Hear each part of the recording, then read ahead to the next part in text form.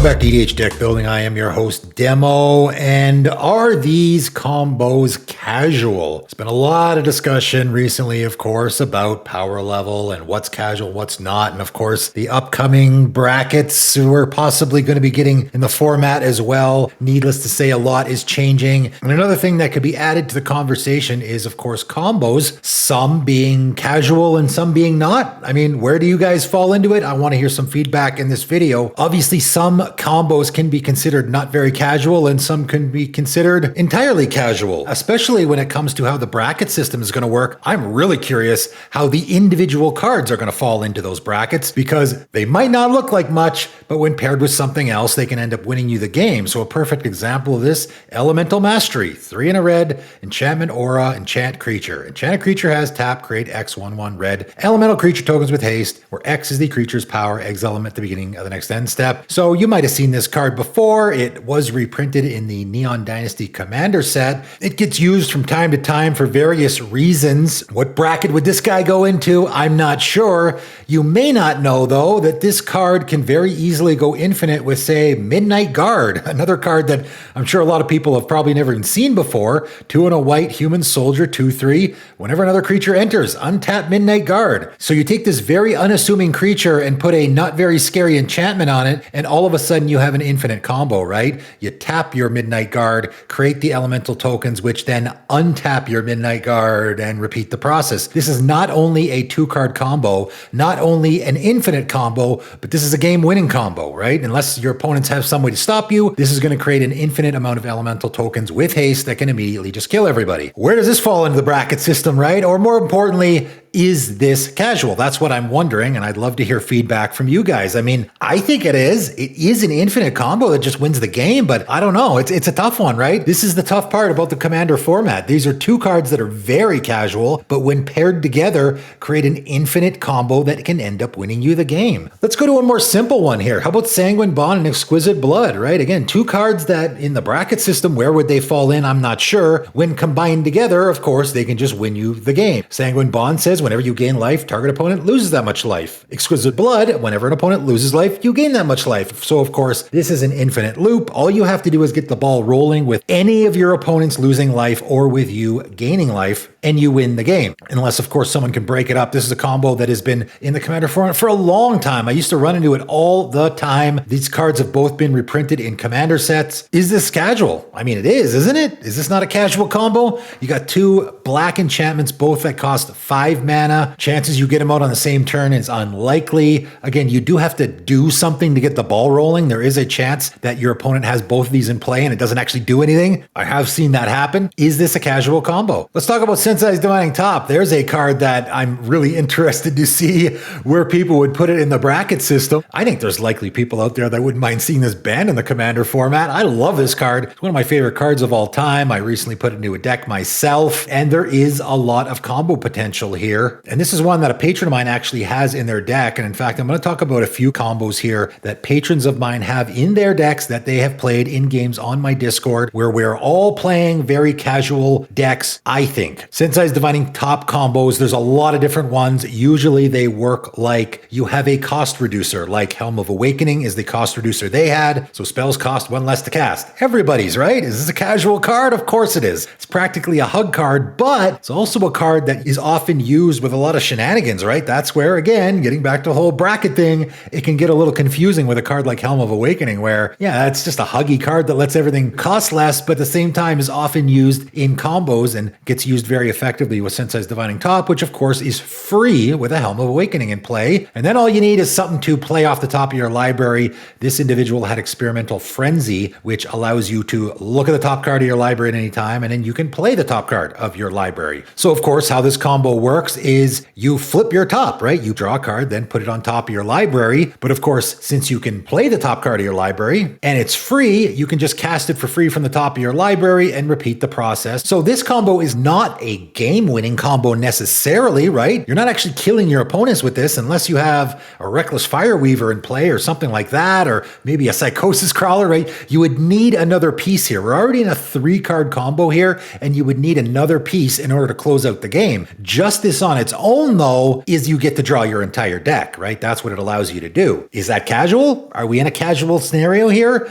Is this a casual combo? I'm okay with it. Again, there's lots of combos out there with Sensei's Divining Top doing a similar thing. All you need is a cost reduction and then also something that lets you play off the top of your library. What do you guys think? Casual combo or not? Here's an interesting one I just lost a game to. It's with Altar of Dementia, and as one of my patrons said, in that game, whenever you see one of the altars, whether it be Altar of Dementia or maybe Phyrexian Altar or Ashnod's Altar, likely you might be getting into some infinite or game-winning combos. It does tend to happen, although I will point out again, if we're talking about where these cards go in the bracket system, I have Ashnod's Altar in my Danik deck. It's a slam dunk in that deck. It's a fantastic card, obviously, but it's such a perfect fit in that deck. And obviously that's a very casual deck with a very, I would say, underwhelming commander. But the reason it works so great there is because, of course, I want my commander to die so that I can disturb it and get it back. And then as I'm going along, I want creatures to be hitting the graveyard. And so it's a sack outlet for that reason.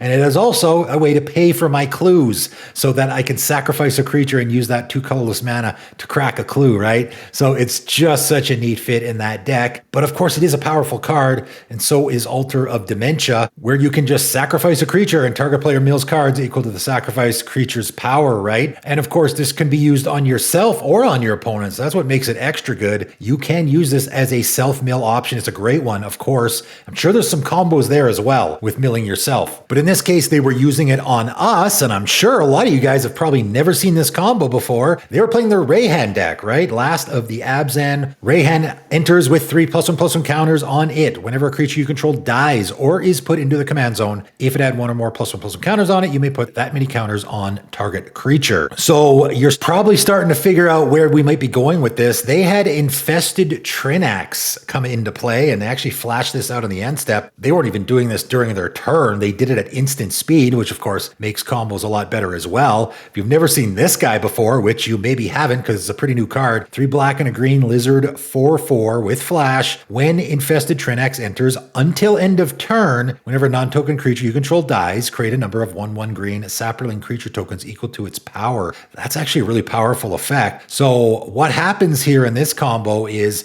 you sacrifice some creature, of course, to the Altar of Dementia that you already have in play with counters on it. And when that happens, of course, your commander is going to trigger because a creature you control with counters on it is dying. Now, if the creature that dies is big enough, you can continue this process for quite some time. And this is not an infinite combo. This actually does have its limitations, but they had enough to close out the game here. They had like an 8/8 creature. So you sacrifice an 8/8 creature with counters on it, you create 8 Saproling creature tokens. And then you can put all the counters on another creature, sacrifice it. Now, if it's a token creature, you're not going to get a trigger off of your Infested Trinax, but you are going to get a trigger off of your Rayhan. And those counters will then go to another creature, likely one of your Saproling tokens that you just created, and you can keep this process going for quite a while. And they had enough on board. Again, there is a limitation here, but they did indeed have enough so that they could close out the game and mill out all 3 opponents. Pretty janky combo, I think. I mean, Altar of Dementia is a really powerful card, obviously, with certainly some combo potential. This seems like a pretty casual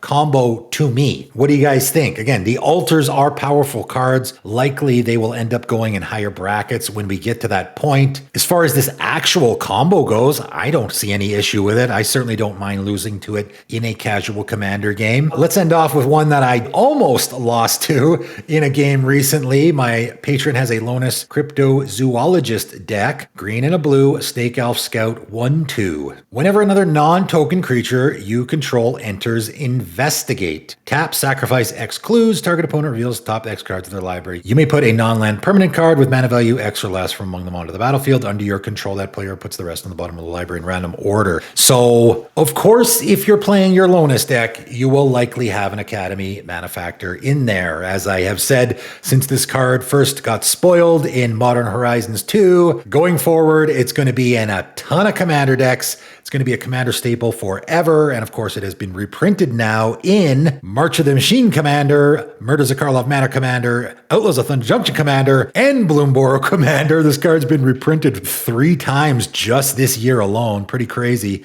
because, of course, every single clue, food, or treasure deck is likely going to want it, and because it's colorless, it can go in there, right? So it is a 3-mana artifact creature, assembly worker 1/3. If you would create a clue, food, or treasure token, instead create one of each.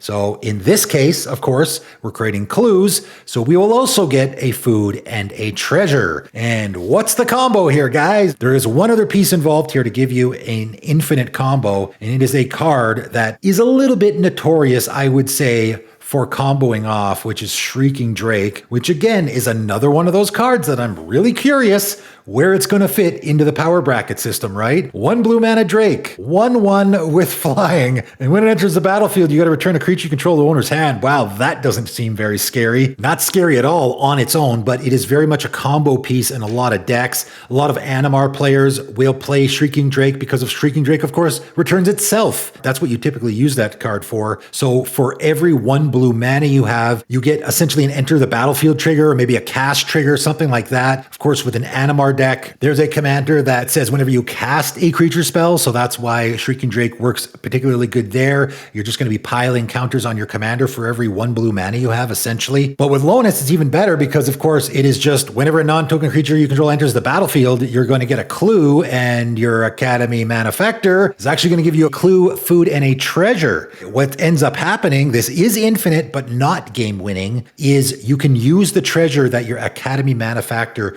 just created from your Shrieking Drake entering the battlefield, bounce the Shrieking Drake to hand, and then recast it with the treasure you just made. And then, of course, cast it again, repeat the process. So what ends up happening here is you create an infinite amount of clues and food. You don't get infinite mana, you don't get infinite card draw, you just get an infinite amount of clue and food because you have to use the treasures you're making to recast your Shrieking Drake. Now that's good, certainly. I don't think it's particularly scary, and it's not game ending. Lonis will allow you, with the infinite amount of clues, of course, to basically search your opponent's library and take whatever the scariest non-land permanent they have and put it directly into play, right? Because you'll have an infinite amount of clues. I mean, you got to pick a number, but let's say you have 1,000, you can just, whatever number of cards they have left in their library, pick that. And obviously, whatever it is, you're going to be able to put it directly into play under your control. That's about it, right? And then going forward, I mean, you'll have essentially an infinite amount of clues and food.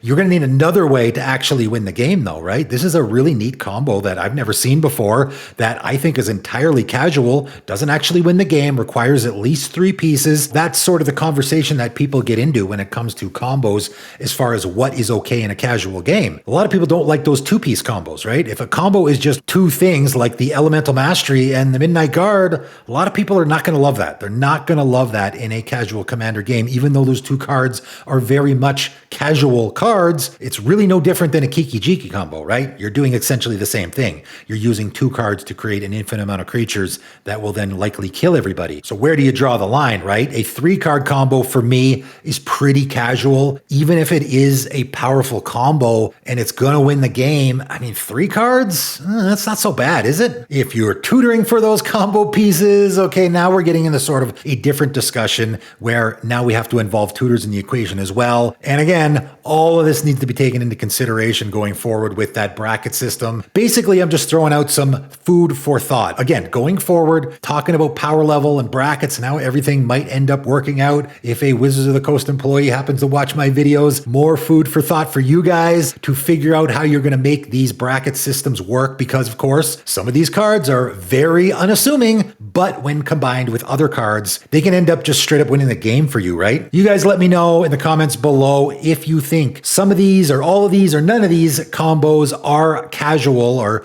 you wouldn't necessarily like to see them in a casual game. That is it for today though, and thanks for tuning in.